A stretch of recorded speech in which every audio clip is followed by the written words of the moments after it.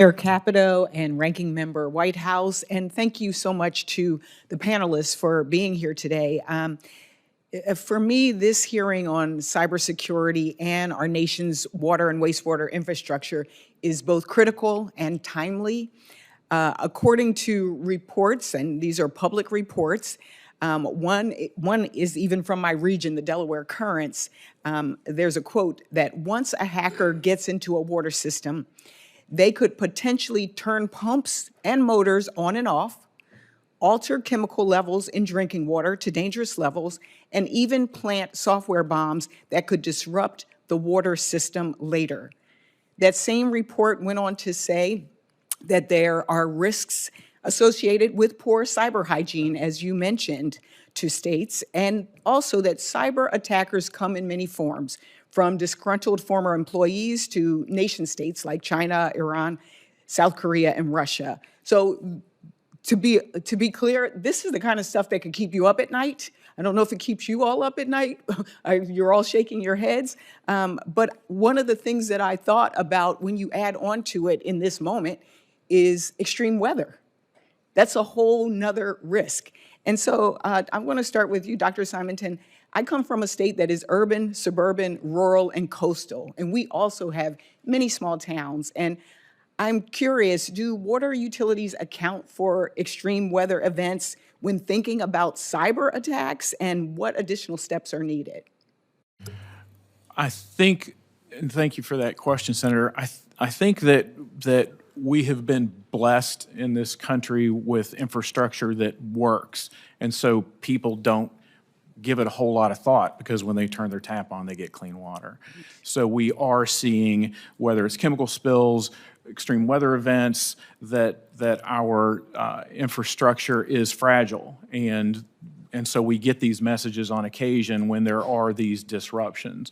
So I think across the industry, and certainly I can speak just across civil environmental engineering in general, we are certainly starting to take extreme weather events into account in design, in maintenance, and certainly that's going to apply to cyber systems within these utilities, and therefore cybersecurity becomes an issue. Thank you for that answer. The mid-sized large drinking water systems infrastructure program, which is run by EPA, is one of the few federal grant programs that helps water systems reduce cybersecurity threats. Unfortunately, the program has never been funded near its authorized level of $50 million and is set to expire in FY 2026. Last month, my Republican colleague, Senator Curtis, and I introduced the Water Infrastructure Resilience and Sustainability Act to reauthorize this critical program. Mr. Dewhurst, thank you for mentioning our bill in your written testimony. Why is reauthorizing this program so important right now, and how do utilities use the program's resources to strengthen cybersecurity protections? First of all, thank you for the question, and thank you for your sponsorship and Senator Curtis of that bill. I would just alert to that bill has such a wide range of uses it can be used for. Cyber is one of them for sure. So it allows a lot of the basic stuff that needs to be done on the cyber front to be done, whether it's doing a simple assessment about where your vulnerabilities are located, employing some software tactics, multi-factor authentication, segmenting your network, other types of things like firewall additions, those sorts of things. It's there for everyone to partake in. I will echo your comments that it has not been funded to the level that it should. Even though it's authorized, it's not been appropriated.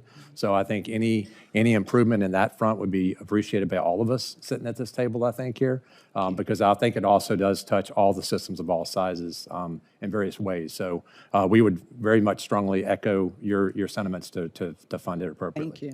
Mr. Oderman, you're shaking your head. I want to give you an opportunity to respond. He nailed it, but the only thing with some grant applications for smaller systems is it can be an administrative workload that they simply just don't have the capability to. It's back to the capacity. Yeah, and so again, that's where a circuit rider concept could assist in those types of applications and management. Thank you. And also, you know, Dr. Simonton, when you also talked about the stackable water credentials, I think that is so important too. You know, as a former personnel director for the state of Delaware, understanding that when you don't have that capacity, you really do need to, it might be only 2 people or 3 people that are working in these small places. And so making sure that we have those. The other question, my time has expired, but I will submit for the record questions on the use of AI tools and AI agents.